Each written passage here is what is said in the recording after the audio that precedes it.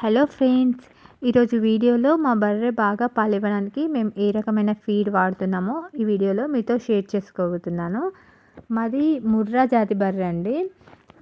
అన్ని బర్రెలు అయితే 12, 16, 10 ఇలా ఇస్తుంది. ప్రజెంట్ అయితే మా బర్రె 10 ఇస్తుంది. ఇంకా పెరిగే ఛాన్సెస్ కూడా ఉన్నాయి. 1 మంతే అవుతుంది మా బర్రె తీసుకొని.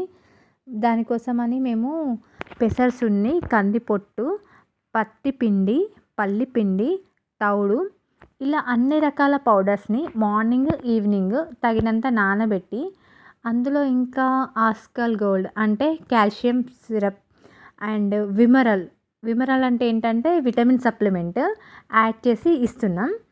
అది మార్నింగ్ ఈవినింగ్ ఇవ్వంగా కూడా ఇంకా మా ఫామ్లో పచ్చిగడ్డి అనేది పుష్కలంగా దొరుకుతుందండి. అందుకని దాన్ని ఫ్రీగా వదిలేస్తాం. డే మొత్తం ఫ్రీగా వదిలేయడం వల్ల అది పచ్చిగడ్డి కూడా తీసుకుంటుంది. అండ్ దీనివల్ల ఏంటంటే పాల దిగుబడి ఇంకా పెరిగే ఛాన్సెస్ ఉన్నాయి.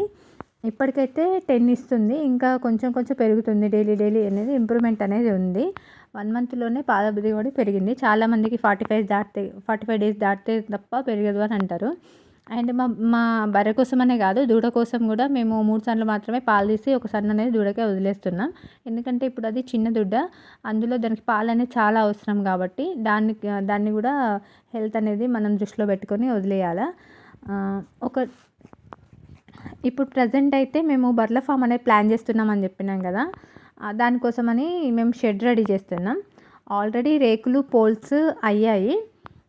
కాకపోతే ఏంటంటే వర్షాల వల్ల ఇంకా షెడ్ వర్క్ అనేది ఆగిపోయింది. వర్షాలు పడడం అయిపోయిన వెంటనే ఇంకా నెక్స్ట్ బర్రెల ఫామ్ అనేది స్టార్ట్ చేయాలనేది ఉంది ప్రజెంట్. దానికి సంబంధించిన వీడియోస్ కూడా నా ఛానల్లో పోస్ట్ చేస్తాను.